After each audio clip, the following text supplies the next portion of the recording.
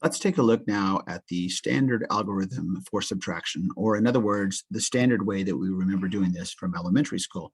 I want to once again comment that if a student is not able to count up and down successfully and have a pretty good sense of addition at this point in the elementary school, you might as well forget teaching them the standard algorithm. It's only going to build a just some kind of skill without it having any foundation. They will not be able to tie it to anything that they know or understand.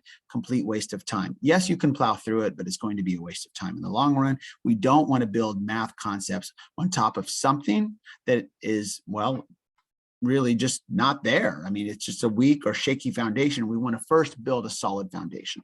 So that being said, imagine a student has a solid foundation and they were going to subtract something like 1,234, 1, 2, 3, 4, minus 785. They might have a sense that this can be done. Yes, we're taking away less than what we have, but how do I actually do that? So in the standard algorithm, we just work from the right to the left, like we did with the dots and boxes. So we're going to start with 4 taking away 5. Well, you can't take away 5 from 4. It's not enough. So you would borrow from the tens place, right? You have a group of 10 there. If I take one of those from 3, if I take a 10 away, I'm left with 2, right? Taking away 1. But when I bring it back to the ones place, it's worth 10. So instead of having 4 there, I have 10 more, or 14. 14 take away 5. Now that's something I can do. I can get 9.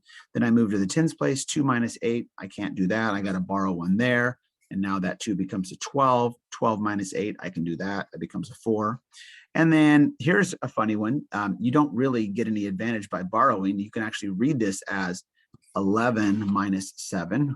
You'll see a lot of students borrowing a 1 there and moving it over, and it still says 11 minus 7, or 4, final answer, 449. Now I want to take this standard algorithm and I want to look at it in the other bases. So let's take a very similar problem. What if I did 1, 2, 3, 4, but I put it in a different base? Well, I see a 4 there, so at least has to be base 5. I will actually use base 6 in this. Now, I commented on this earlier, but let's just think about it. I need to be very familiar with what the digits are in base 6, and it's going to help me a whole lot if I can do the count. Okay, so the digits, of course, are 0 through 5. Those are my 6 digits, and the count sounds something like this: 1, 2, 3, 4, 5. Remember, there's no 6 in base 6. It goes 1, 0, 1, 1, 1, 2, 1, 3, 1, 4, 1, 5. 2, 0. That's plenty far, I think, for this problem.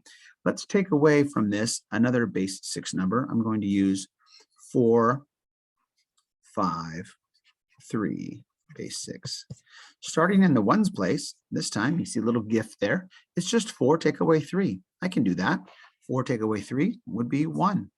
All right, that's true in any base. Well, as long as they have a 4 and a 3. Then I move to the next place. You see I run into a problem. I have 3 minus 5. Can't do that. I have to borrow. Now the key is to remember I'm borrowing in base 6. There's lots of things going on here, so let's think about how this would work. So I borrow a group of 6 from the 2, leaving me a 1. So that looks the same. But then I bring back a group of 6, and students are tempted to put a 9 there, for example, or maybe a 1 and call it a 13. But here's what's really important is to really value the base that you're working in. Okay, so first thing I'm going to do is look back at the count for a second. If you look at the count, if you look at the 6th number, right, if you start at 1 down here and you go 2, 3, 4, 5, 6, the 6th number is actually 1, 0. That's kind of cool, right? Anytime I get a group of 6, it's going to be a 1, 0.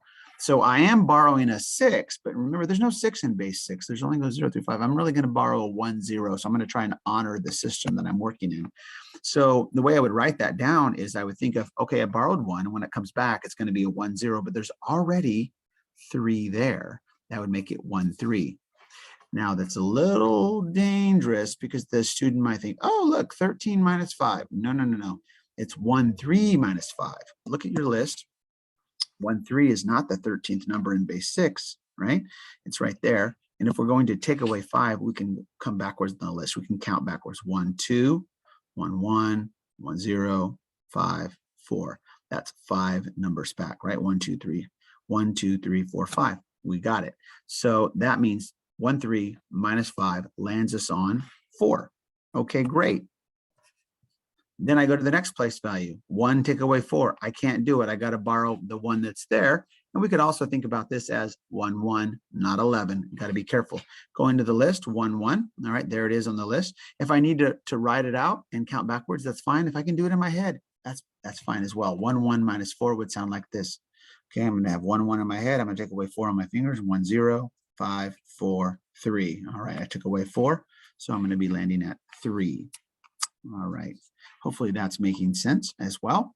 The only other thing I would mention here is that with a standard algorithm, you don't always just take away, as you saw me do here. You sometimes also count up. That's an important strategy with subtraction. And let me tell you what I mean by there. So counting down would be, fairly easy if it's something like 100 minus 1. Okay, 100, go down 1, 99. Easy enough. But you might count up in a situation like this. If you were to ask a student, and this, by the way, is a telling thing. If you ask a student, what is 100 take away 98? A student that hasn't learned to count up yet might think, oh, wow, I have to start with 100 somethings. I have to actually take away 98 and see what's left. This is really hard to do. Be like 100, 99, 98, 97, 96, 95, 94, 93, 92. I mean, they would try to literally take away 98. And it would be a disaster. So there are many things you can do in the classroom to teach counting up. Those are worth exploring. Hopefully a student will see like, oh, if I think about 98 in my head and count up 2, I landed 100. So the difference of the numbers is 2. So rather than worrying about always as takeaway, it's more advanced to know takeaway and the idea of a difference between two numbers. And that would come into play when you did something like, let me just use a base 8 example, 7, 4, 7 base 8, and let's say I wanted to take away 3, 1, 6, well, not 6. Let me say I want to take away 3, 1. Let's do 7 as well on this 7 base 8. Let's see what happens as we walk through it. First place value, no problem. 7 minus 7, 0. 4 minus 1, 3. 7 minus 4, 7 minus 3, 4. It's completely straightforward. If you tweak just a few numbers, though, watch what can happen to this count. I'm just going to change just a couple numbers. What if you change 747 to 746 base 8?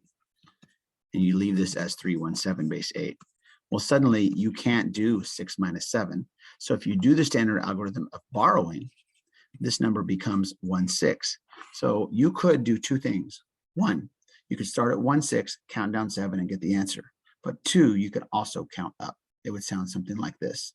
7 in my head, and then you count up to 16, keeping track on your fingers. The next number after 7 is 10, 11, 12, 13, 14, 15, 16. You can see that that's 7 away. And so that's a way to illustrate that as well. So you can use either strategy on your subtraction journey.